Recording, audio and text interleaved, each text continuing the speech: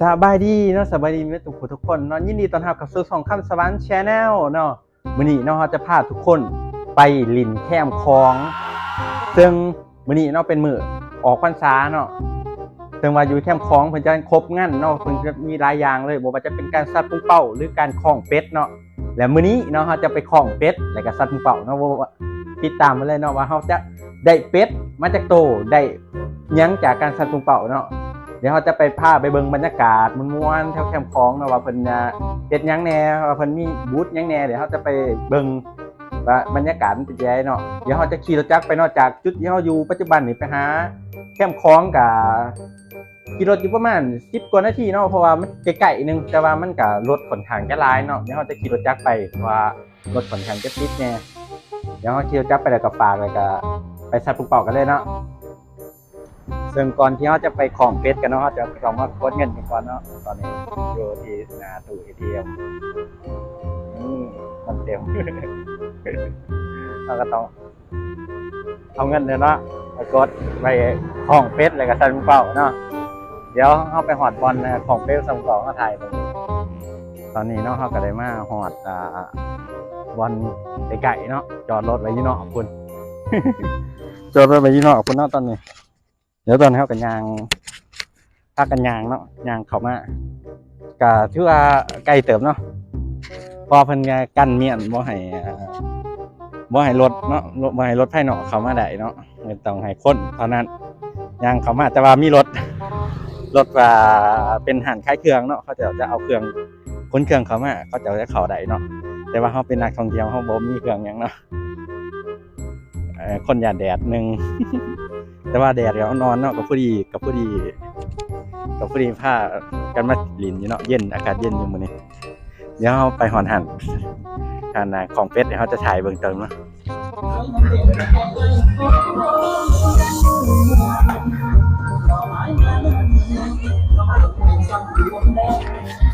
ถ่ายเลยถ่ายหรอตอนนี้เราจะของเป็ดนี่จ่ายเงินก่อนหาบ่วงหาบ่วง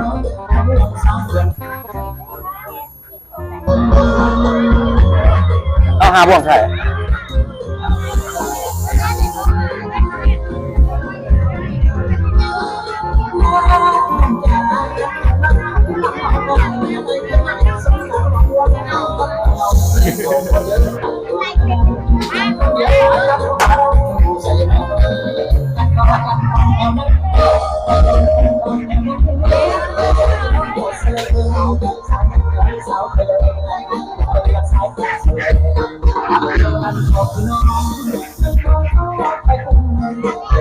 ว่าได้ไอ้นะขอเดิมเอาเนี่ยหาบ่วง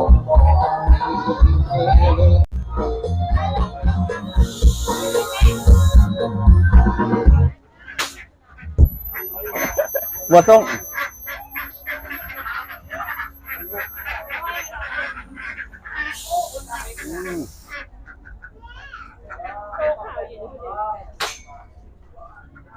บ่วงที่ถ่ายแล้วไปจับยิงเปล่าต่ออันนี้ก็แม่นยิงปืนเนาะยิงปืนเอาน้ำอัดลมเนาะปืนกับปืนลม ยิงเอาน้ำอัดลมตอนนี้เขาจะมาหาบ่อทำต่อเนาะอาหารในอันนี้นะก็จะสัตว์เนาะบ่ท่านมีมืนมีนะจะเป็นหอบคัดเรือนี่ก็เป็นบรรยากาศน่าจะพาไปเบิ่งบรรยากาศก็คือคืนดีเนาะมันจะเป็นการขายเครื่องอันนี้ต่างๆบูธเนาะอาจารย์จะว่าบ่จะยังไงเงาไม่ถึง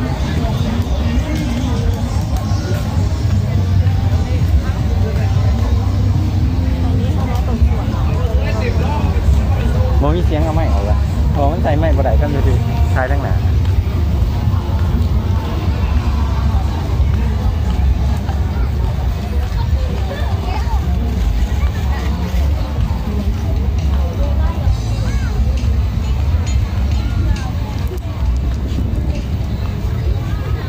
หามรถเข้ามาแต่ก็ยังมีรถใหญ่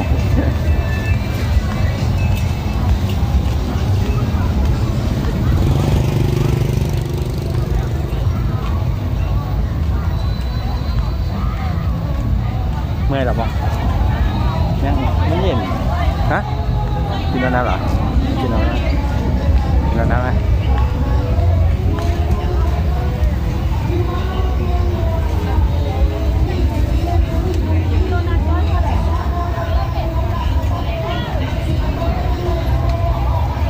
เราจะก่อนของมันแน่โอ้ก็จะซุ่มเรือไอ้เดี๋ยวเข้าไปเบิกส่งเรือเลยตีรถนะ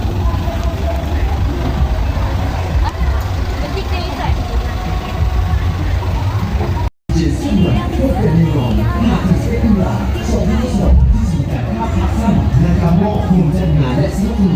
？Elite Motorsport D1 Agency All Sound Lighting System ลงบนส่งเรือปะโอ้รถไฟฟ้าเนาะ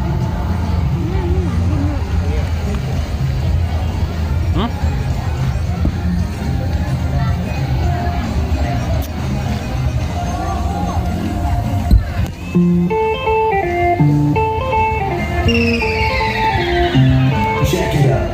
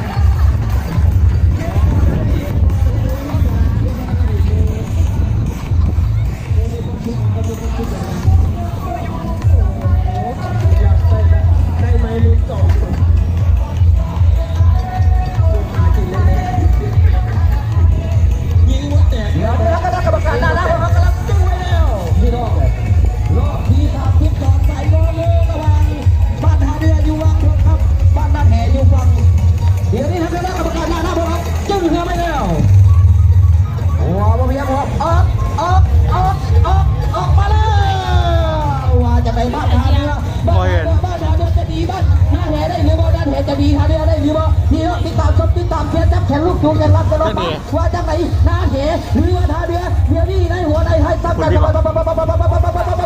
ปักขมาปักขมาพี่ขมาพี่ขมาพี่ขมาเบิกขมามีอย่างอัดให้หมดเบิกให้มาโบมีให้ยอมไปโบมีให้มีให้ได้ว่าจะไหนบ้านท่าเรือบ้านนาเหนาเหท่าเรือท่าเรือนาเหอีกกันได้บ่รอแล้วหายหัวตั้งการจู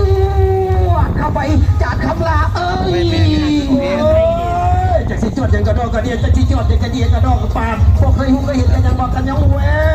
กูนี่เป็นกู43 12ก็เห็นเจ้าเห็นบอลตัว38ออก32วันแล้วเลยเจอมาเลยพี่น้องเลยพี่น้องบ้านเนี่ยพวกกับพี่น้องบ้านนะเทพาริน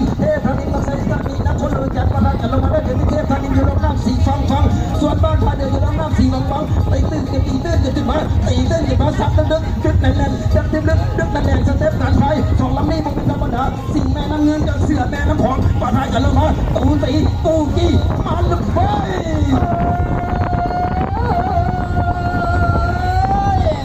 ว่าจะไปบ้านท่าเรือท่าเรือหนีกันได้บ่ยังหนีกันบ่ได้ยังไปกันบ่ว่าจะไปพี่น้องส่งเสียส่งกำลังใจให้ไปว่าแล้วยืดเข้าไปปีเข้าไปหนีเข้าไปหนีได้หนีไปว่าอะไรเพราะทุกชาติ เป็นกองไอเป็นนาแถหรือว่าเป็นบ้านนาเรือพี่น้องจวดเข้ามาหนีได้หนีไปนาแถหาเรือหนีเข้าไปนาแถน้ำขึ้นมาว่าแล้วเข้าเล่นไทยคณะกรรมการบริษัทตัดสินให้ ตอนนี้นอกบรรยากาศยามแรงอยู่แค่ทางผ้าม้ามันอย่างลินแต่ขากลับบ่อยากเมื่อตอนนี้ดึงแก๊กกับบ่เมื่อนี่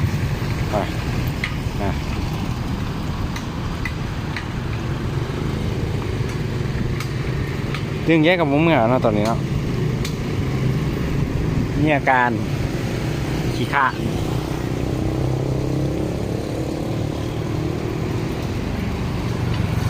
ไปเมื่อไปเมื่อนะ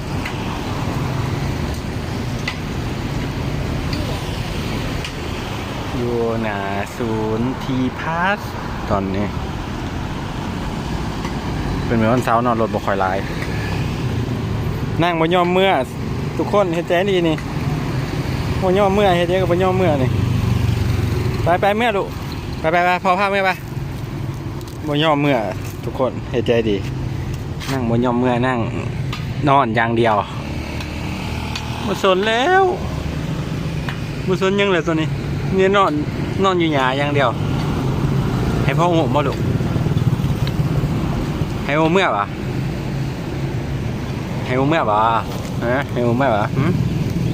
ให้หูเมื่อปะนอนแต่นอนนี่ละนอนนี่ละแรงพอมาหับเด้อพอสิปลูกเมียยุคกใหม่เด้อพอสิปลูกเสือกเมียยุคกใหม่เด้อมาแรงพอมาหับเด้อไอ้สันบอกฮะไอ้สันบอกว้าวกับลูกเอ้ไปลูกไอ้เพื่อนเนี่ยลูกไอ้เพื่อนเนี่ยไปขี่รถไกลไปไกลมากไอ้เพื่อนเนี่ยไอ้เพื่อนเนี่ยลูกขี่สอเอานอนที่นอนไปใช้มาใช้แต่หมดเลยนั่งอยู่นี่นะครับคุณผู้ชมเป็นเท่าไรแต่เครื่องเนี่ยเป็น9 นาทีเด็ดๆย่างไปเดี๋ยวย่างไปเมื่อไปเริ่มแกไปแล้วเอ้ามาหอดยาเลยกันว่าเมียไปอ่ะ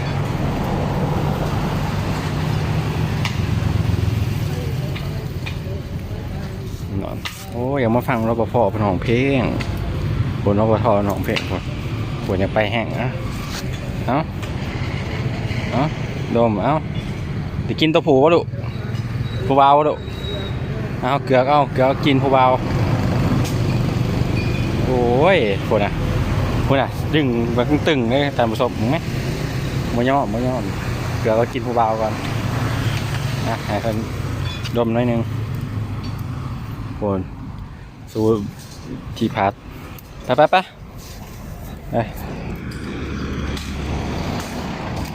ปวด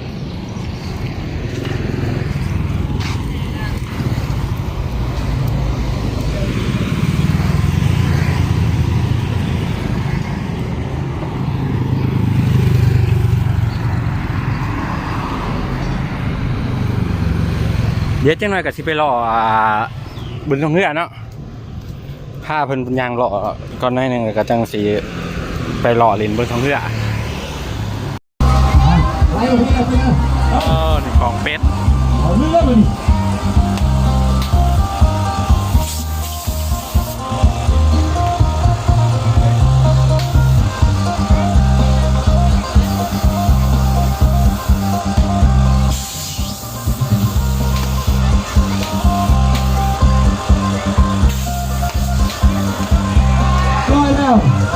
จับเป็ดจะให้มันชิลงแล้วพวกมันจะออกพวกง่ายเป็นเป็ดดูนี่พวกนี้เป็ดได้คนพวกมัดเสียได้ไปแล้วตัวนึงเอาเลย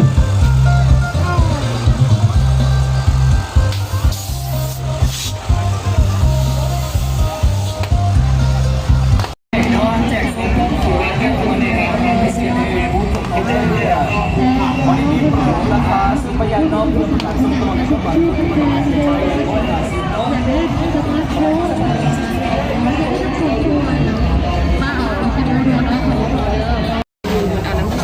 สุดท้ายเนาะก็มาจบกันที่Amazon เนาะ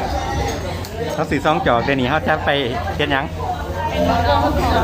หมุนเอาของรางวัลนี่มันจะมีบอลหมุนรางวัลเนาะเดี๋ยวเขาจะไปหมุนเอารางวัล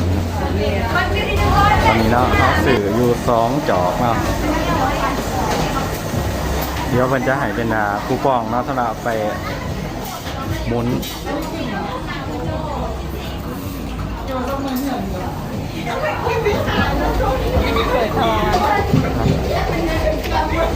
เอาไหม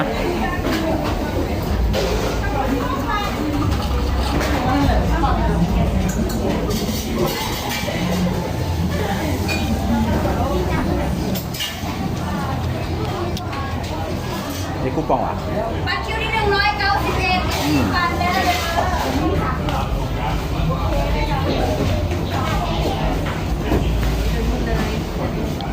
หมุน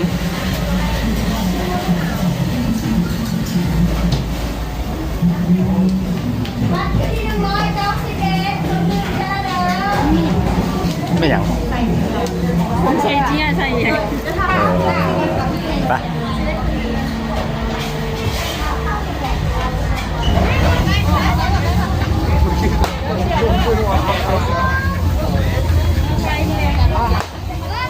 ไฟมันจะไหลแรง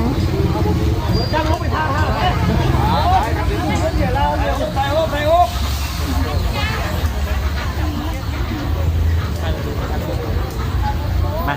กำมาของเก็บต่อ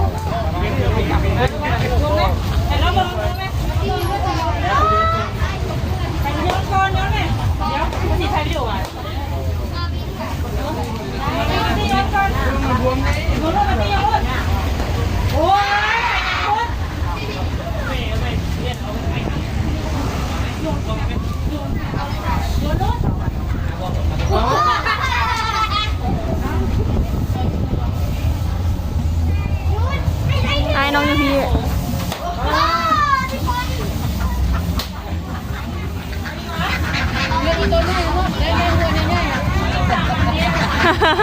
ไม่ไอ้ตัวขาวตัวนั้นตัวเดียวอยู่ในนั้นเนี่ยขาวตัวเดียวเลยตัวใหญ่เหรอเอานี่ตัวหนึ่ง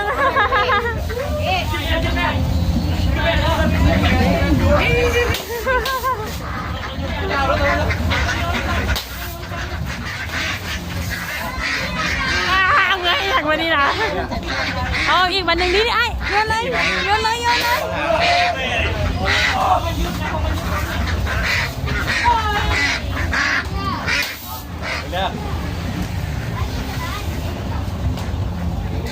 นี่ยตัวเดียวเป็นยังไงเจ้าเมืองวะไม่เหล่งตอนเป็ดหน่อย30,000ยาเลยไอ้เอามือเลยทั้งหัวมือเลย